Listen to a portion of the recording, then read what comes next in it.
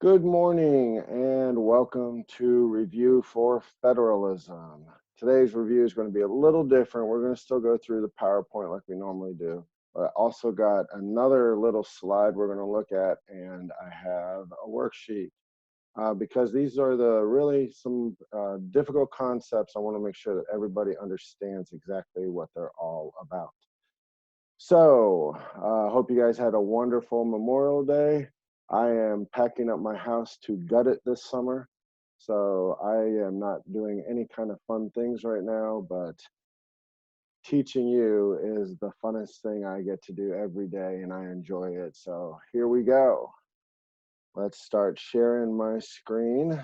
We're going right into our assignment. So today's assignment, it says we need a worksheet. So at the bottom here, we have the Federalism worksheet. And so you want to make sure you download that before we get started. And so if you click on it, it's going to open it up into a new window. And then in the upper right corner, the arrow pointing down is the download. So I've gone ahead and opened that. So let me just go ahead and new share so you can see it.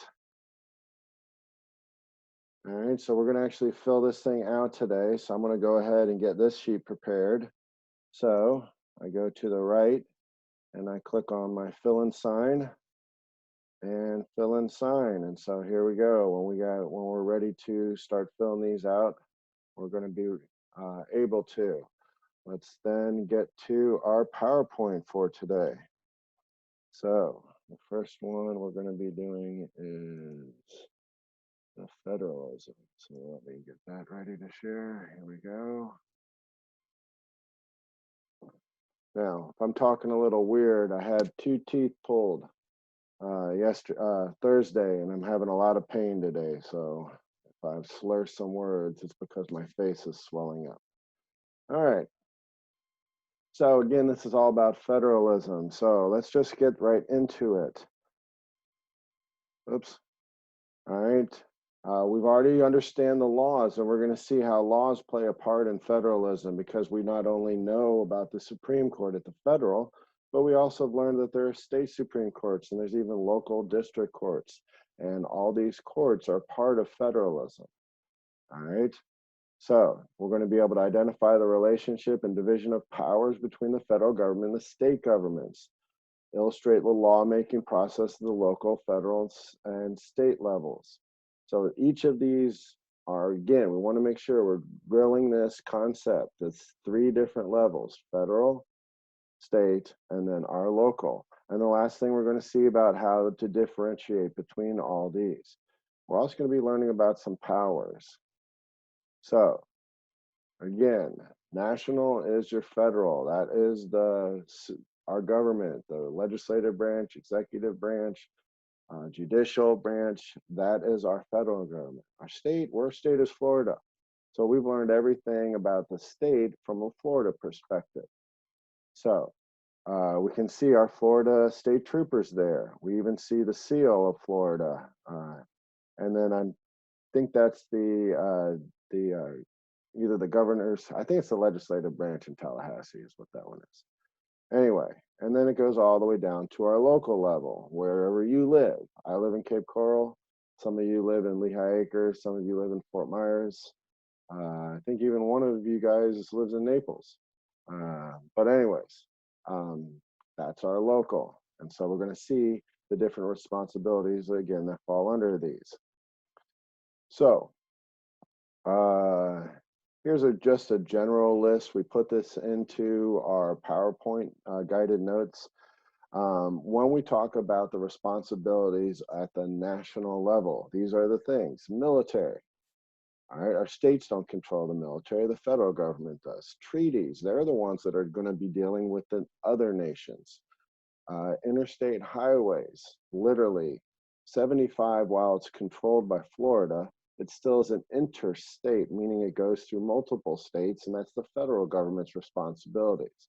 We just maintain, they police in a sense. Environment, we do have local ability to impact environments and stuff, but it is more of a national program. And most welfare programs also are national, but we do have state and local programs in there too. When you start understanding the states and locals, how their responsibilities, we've already learned most of these things about the national government throughout the year. States, these issues we haven't really talked about, so it's important to understand these. So, oh, excuse me, marriage. You know, the government doesn't need to get involved in the marriage issue, but states handle it. Driver's license, you don't get a federal ID, you get a state ID. All right, education. Now, I know we have a Department of Education, but again, it was originally the state's responsibilities. Public safety, local roads, highways, state roads. All right, some of those things. These are some images that we see of national post service, the currency, FEMA, military, terrorism, images of our state responsibilities, and these are important. You know, it's not just here to be examples. Use these again to help picture when you're thinking about what are the state responsibilities, what are the federal responsibilities, what are local responsibilities. We see driver's license, all right, it's the state one. Again, it's not a federal. It's the Florida Department of Education. Also, we have our state troopers, governors, marriage licenses. All right, we get to local government, police force, that's local. All right, parks, benches, sidewalks, libraries, recycling, all that happens at the local level. All right, so in understanding federalism, all these things have to work together. The national government works with the state governments, which works with the local governments, which one works with the state governments, which one works with the federal government. It goes back and forth. All right, so here, just this image, seeing that they have to work together to be balanced. If the states try to assert themselves too much, it's going to weigh in their favor. If it's the national government asserts itself too much, it's going to weigh in their favor. So they're trying to keep a good balance here where they share power evenly between these. All right, we've seen this image before. Again, federalism, when we learned about the systems of government, we saw the arrows going both directions around a triangle. All right, where power flows between the central government, which is our federal government, our national government, and then all the states. Regional authority are the state governments. All right. We don't need to really focus on that. Now, when we were going through the amendments recently, we got to Amendment 10, and Amendment 10 said the powers not given to the national government are reserved to the states or the people. All right, so this is where we set aside power for the states. All right, we're going to use the word reserved. All right, so make sure you remember that part of Amendment 10 when it got its power to the states, that's reserved to the states. All right. Now, we're going to talk about that in just a moment, but this was one of the major concepts that we want to make sure we understand. Again, the supremacy clause. All right, you go from city and county charters, that's the lowest level. All right.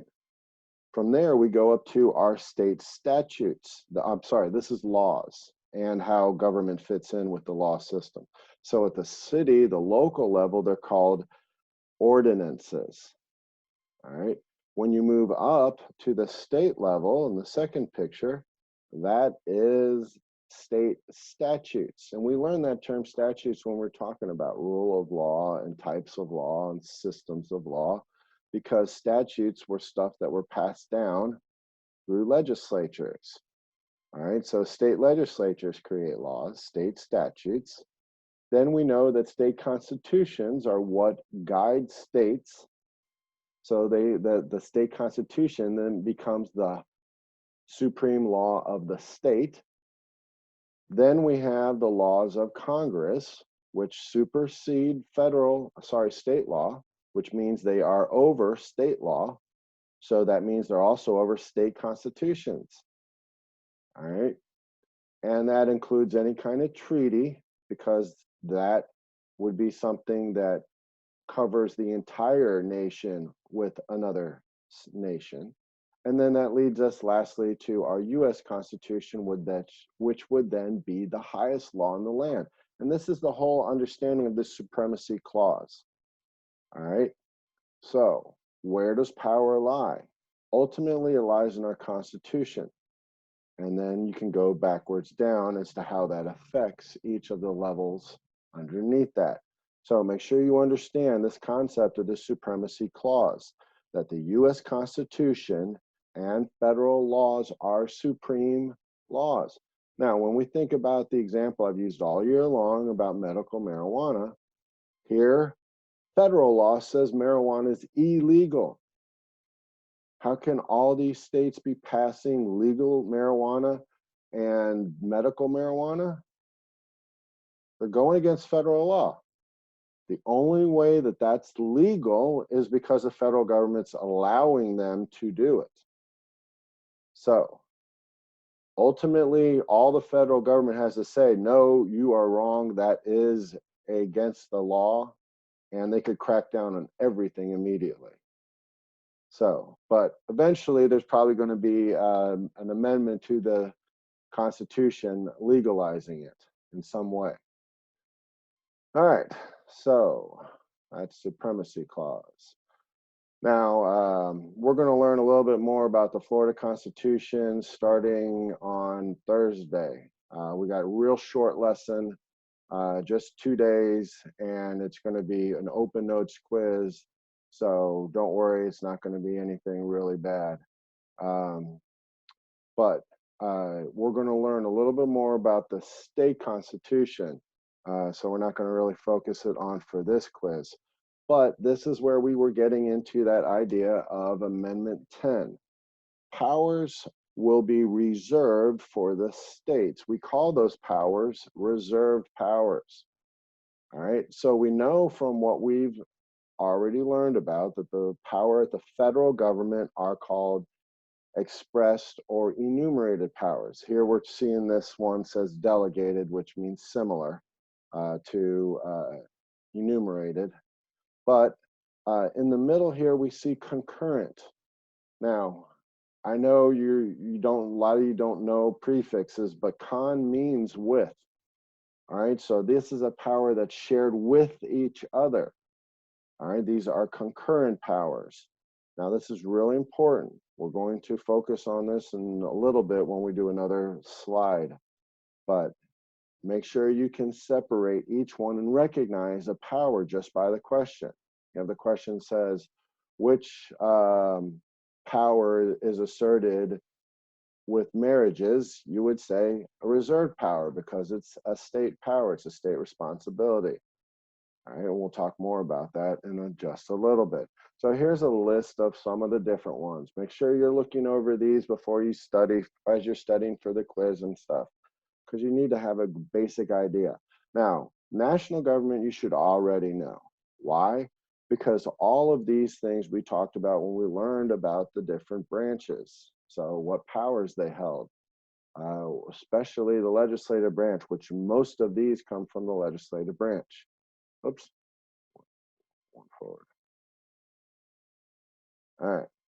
Now in the middle one, these are concurrent, meaning that both states and federal government can do it. And it would make sense because if they're a government that needs taxes, well, then who else can assign taxes? Of course, the states can.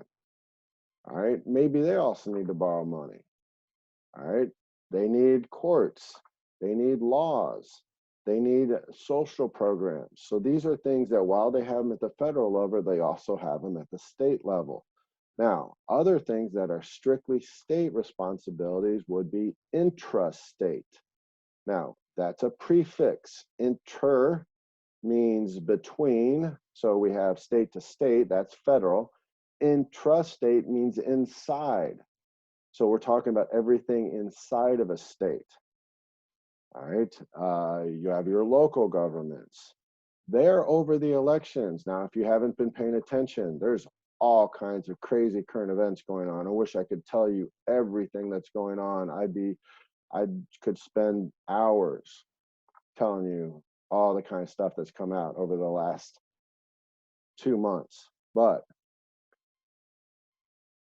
one of the things that's happened is in the state of California, the governor sent mail-in ballots to every citizen. Now, first off, it's illegal. So the government, all the Republicans out the yin yang are suing the government. And so it'll be an ongoing process over the course of the next few months, because you can't do that. That's so easy to create voter fraud and election fraud. So he's trying to seize power and control to guarantee Democrats the ability to win the election in the 2020. All right. So watch this thing play out, but it is a responsibility of the state to administer to all elections. All right. So now this is a really huge one. This even gets to the local level, but we're not going to even look at that one for this purpose. Now, we've seen this again. This is another way of looking at the supremacy clause. Constitution first, Congress creates states, states create cities, towns run local governments. So this is again supremacy clause, again, federalism, highest levels always going to be the federal government. All right, and we even see that here. All right, federal at the top, state, county, local. All right, we only deal with the local government, and that's why we don't deal with county much, but it's technically there's 4 levels. But you can see over on the right side just how many governments there are again. Lots of local governments. So you might even see a question that said, which has more governments? Federal, state, or local? And if anybody says federal, well, you're not really paying attention. Obviously, local governments would have the most governments. Matter of fact, I think I'm going to put that one on the quiz. All right, anyways. So again, you need to recognize the different levels, what roles they play. All right. Each of them are going to have 3 branches of government. All right. Whether they're at the state, local, but we already know that's at the federal. So we see this here in this slide: US Congress, President, Supreme Court. That's our federal branches. They're called something different though at the state levels: Florida legislature, governor, and the Florida Supreme Court. And then even more different at the local level. Instead, it's more of a city council. They have a mayor and it's a county court. All right, that's our lowest federal, lowest judicial court system, the county court. All right. So these are just some different examples of the laws. So make sure, again, we need to understand. I've talked about it a bunch, but make sure statutes are states. It says it right there, statutes in the middle. All right, they are state laws. Ordinances are local laws. And we know acts are federal laws. All right, and we can see there Civil Rights Act and the Affordable Health Care Act. All right, again, 2 houses, just like the federal level, states have 2 houses too. The executive, what they're called, we saw that on the introductory slide, and their powers. Will the governor be able to control the state? No, he can only control the state National Guard. He cannot control the National Guard at the federal level. He can only control the state level. All right. This is a much more detailed breakdown of laws, but I think we got pretty much a basic understanding of how the court system works. Again, in the upper left corner, we see the Supreme Court, the Court of Appeals, and then our district courts. Those are the main 3 ones. The special courts, they just are thrown in the middle there. Don't worry about them. But the 3 levels of courts, again, they follow the same idea, of a 3-tier system, just like we're dealing with the federal, the state, and the local. All right. Now, we are, uh, well, the question is, what is the difference? Are we a marble? Are we a layer? We have, we are more of a layer because we clearly define where the authority lies in the different levels. But you could also say we're a marble because we try to keep that power flowing between these smoothly so that it's more of a blend, all right, which would be more of a marble cake. All right, so this is just, there's no real clear answer here, but how do you see it? All right, so it's interesting that over the course of time, these parties have really changed. Um, Originally, the Federalists, and hence the word federalism, they were the ones that promoted a strong national government. Now, the anti Federalists were more power to the people. So, which favored more of a state government. Now, the anti Federalists become the Democratic Republicans. Eventually, we know that the Democratic Republicans drop the word Republican and become just Democrats. All right. Now, Democrats favor strong federal government now. So, somewhere along the line, they switched. And the Federalists eventually became the Whigs, which eventually become the Republicans. And so the Republicans now favor a small national government, but the power is still, they still believe in a strong national government, but it's a smaller national government. But it's interesting to me how these have changed over the years. These parties and their values have switched. All right. And here we can see that Republicans now promote state governments and Democrats now promote strong national government. Government's grown over the years. Obviously, we know that the president controls over 4 million. Some reform issues. I don't think I'm going to have anything with that one. Now, this was, we talked about this again. So understand the elastic clause, it still plays a role in federalism. All right. So when the government needs it, can it take authority that it's not assigned it? Yes, we already established this, and that was the elastic clause. And my example always was the rubber band. It can change as needed. Here's another one, though, it's called the Commerce Clause. All right, so we want to make sure we know about the Commerce Clause. All right, it was created to end, say, it's used to end segregation, it was used to end child labor laws, and it's been used to reform healthcare, things that the government can't do, but they felt that they needed to. We obviously can say that segregation is the right thing to do. Child labor, who kids shouldn't be working in coal mines and factories. We put in child labor laws. Reform healthcare, well, some people don't believe in that. So that might have been an overreach by some people's opinions. But the first two, clearly, I think everybody would support that those were times when the government, it was good to step in and take a power. So same concept though. They use their power to make change and they force it. All right, here, ending segregation was to force equality in business. Ending child labor practice was to protect children against unfair practices. All right, it affected business, commerce. All right, our word commerce there, business. All right, so I'm going to make sure everybody has that. So at this point, I want to open the mics and see if any of my participants have any questions on the Commerce Clause. All right, any questions on Commerce Clause? And I'm looking in the chat too, if you want to type it up. And I'm not seeing anything going up. No hands. All right, we'll keep going then. All right, we're muting everybody again. All right, so let me get those out of my way. All right. So we're going to actually, oh, I guess I added it to the end of this slideshow. I forgot about that.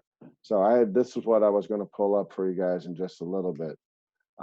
But here we can see our 3 sets of powers. All right. So we've gone through all the PowerPoint right now. So I just want to make sure you understand that. This was the next step. So what I want you to understand now, where these are listed. If this was on a smart board, which is the way I wanted to use this originally, I can actually grab these images and move them around. But for the sake of, let's see, you know what? I think I need to do this in a worksheet. So let me do this. We're going to go to our worksheet that you were supposed to download. And while we're looking at that, I'm going to create this slide in a Adobe Acrobat file so we can actually work in it too. So let me share a different screen now. Let's go to our worksheet. All right, so here we are with our worksheet. Let me switch that back. So the first thing I want us to look at is, again, understanding the 3 levels. So down here, we see the different branches that we want to assign. But right now, just let's think of the first 3 levels. So I'm going to put a little text box at the top on here. And the top level would be, yeah, that's right, federal. All right, so we're going to type that in there. So the second level we associate with, who's in the middle? Oh yeah, that's the states. All right, and then lastly, but not least, where do we all live? We all live at the local level. All right, so our first 3 answers right off the bat, again, you got to make sure we understand this, and we're going to see that when we talk about those laws. But here we have federal, state, and the local level. Now, if we were to say which governments has the most, well, let's put another text box in here, and I think if I, oops, somewhere around 89,000 plus. And we do a shift and a plus. All right. States, we have what? We have 51 governments. No, we don't have 51 states. There's a second government. There's another government in Washington, D.C. And then lastly, federal is 1 government.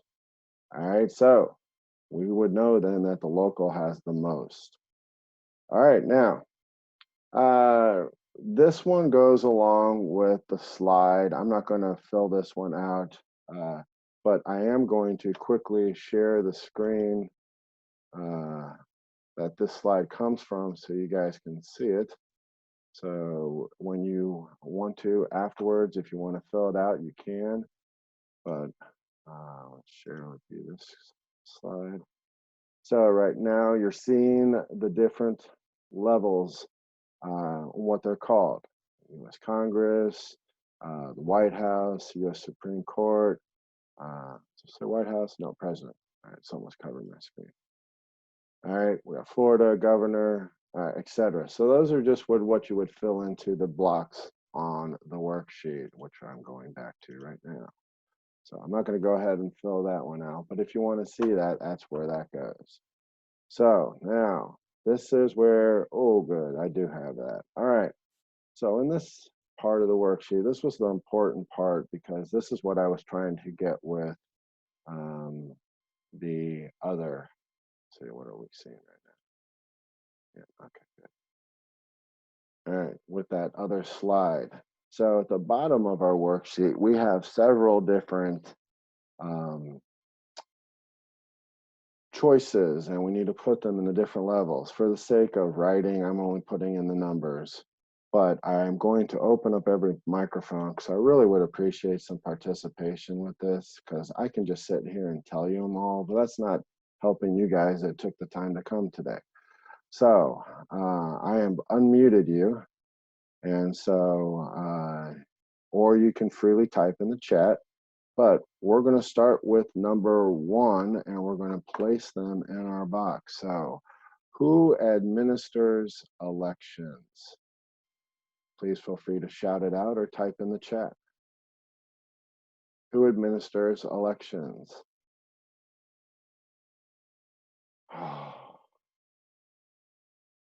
Hello, Bueller. Bueller. No one's going to participate? Salome, you can't type for me? Who administers elections?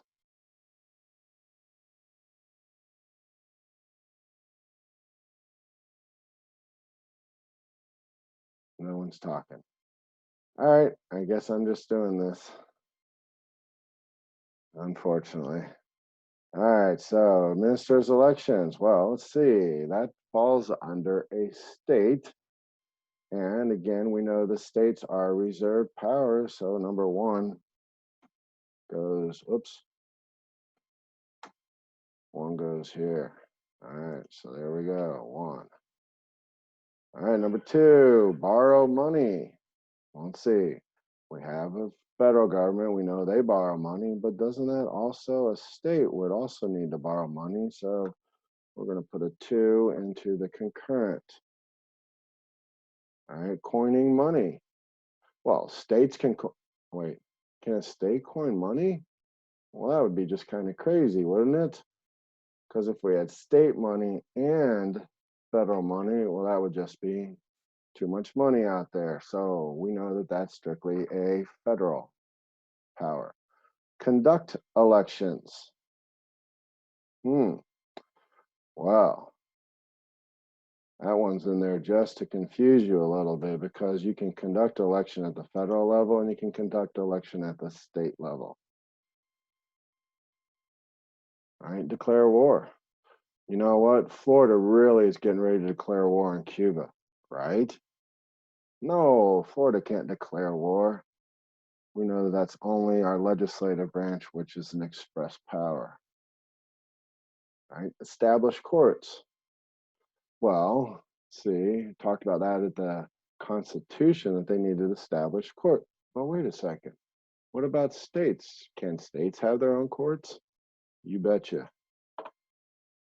All right, states. That's a concurrent power. They both can do it. Establish local governments. Well, why would the federal government need to establish local governments? It's only going to be the state level. Why?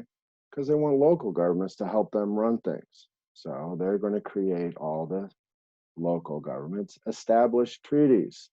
Florida's trying to make a new trade agreement with Cuba. Can it? No, because we know that only falls under the responsibility of the president and the legislative branch. That's an express power. Exercise implied powers. Now this one is just there to confuse you.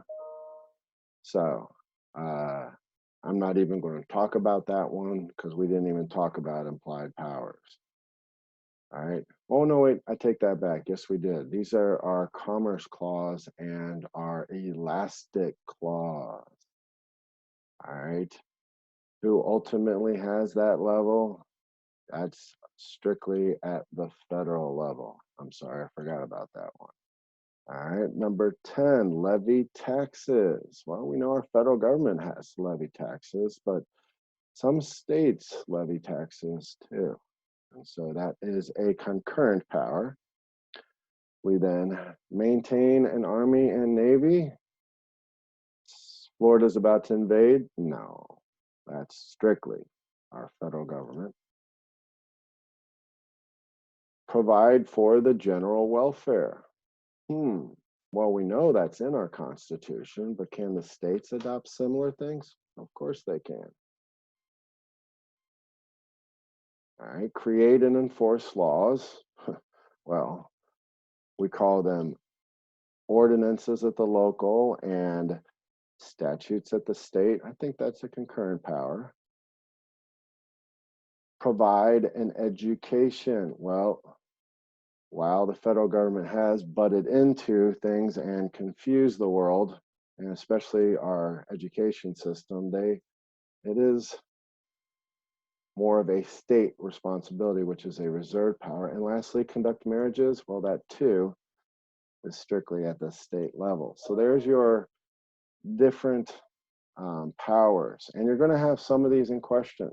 So I'm just giving you a tip on that. Go over this, make sure you know where these powers lie, whether they're enumerated or expressed, whether they're concurrent, or whether they are reserved for the states. All right, now define federalism. Well, that's strictly, oops, where is it? Oops, sharing power between states and national governments.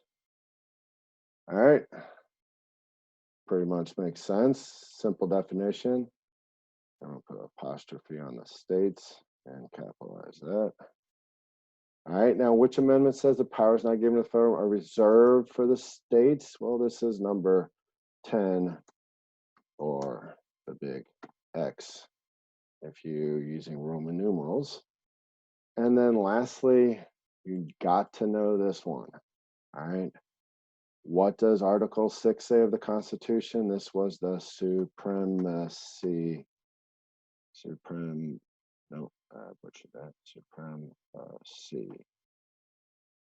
clause.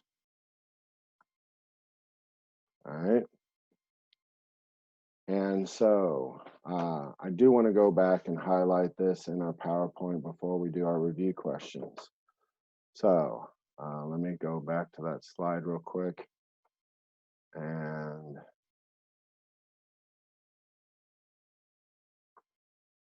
so,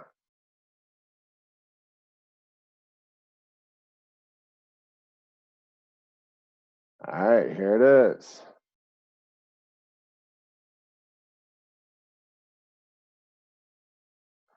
So, right here on the left, my wife is being really funny right now. So, please, if I laugh, forgive me. All right, so over here on the left side, again, I forgot to point this out. We looked at the right side of the slide, and that had the different laws, ordinances, statutes, state constitution, acts of Congress, treaties, and then our federal. That is a supremacy clause. I forgot to again point out where it's located. All right, this is Article 6. Now, there's only 7 articles, and so the Article 6 established the supremacy clause. It was important because they wanted to make sure that states didn't try to assert themselves over the federal government. Why? Because the Articles of Confederation didn't work. The states couldn't run things. They needed a federal government to run it. So they put this clause in, the supremacy clause. They put it in again to guarantee that the states would not rebel against the government.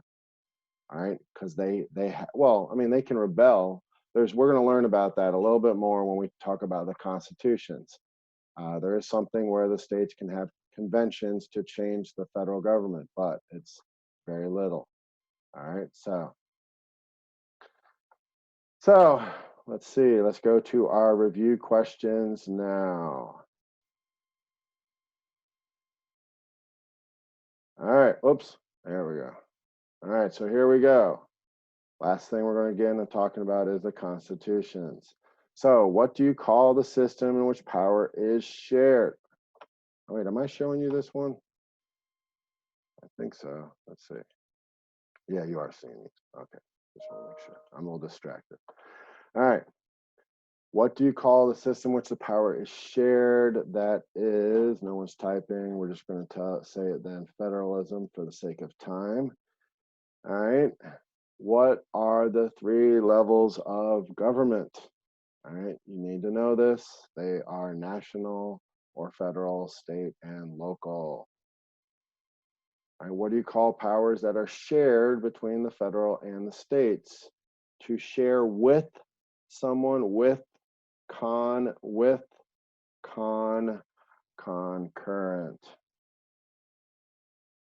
All right, what do you call powers that are left for the states? They are reserved for the states. They are reserved powers. Which amendment reserved powers?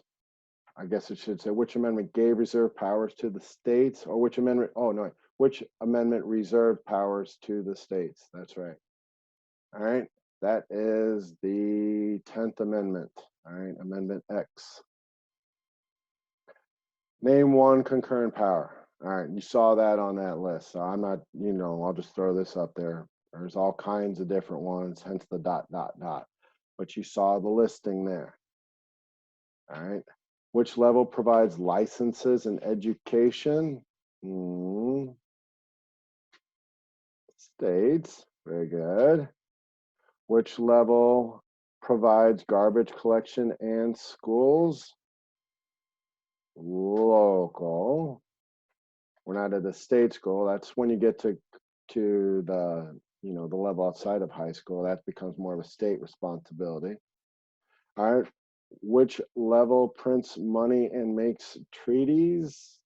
Yeah, you're not going to have state money, so we definitely know this falls under the national or the federal level. What is the executive called at the state level? All right, it's the president. The federal, state is governor. And then executive at the local level would be the mayor. Whoops. What event and program is known for greatly increasing the size of the federal government? We didn't really talk about this one, so I won't put this one on there. All right, so we're going to go to the constitutional conventions next. Not this, but other than that, let me think, was there anything else I needed to go over? No, I'm going to stop sharing. I have a few students still left on here. I will open up your microphones one last time before I stop recording. Does anybody have any questions at this point, or something they weren't sure about they want me to go over one more time? No? All right. Well, if that is all, folks, you are more than welcome to check out of here. Good luck tomorrow on the quiz. Again, I'm not trying to stump you, but if you get these concepts the way they're explained, it should be a pretty easy quiz for you. And then our last quiz will be open notes, short quiz, maybe 10 questions at the most. All right. So, but this quiz tomorrow, normal procedure, guys. Study hard, review this video, and take the quiz, no notes. All right. Good luck. Have a great rest of your day, guys, and thank you so much for attending. Bye.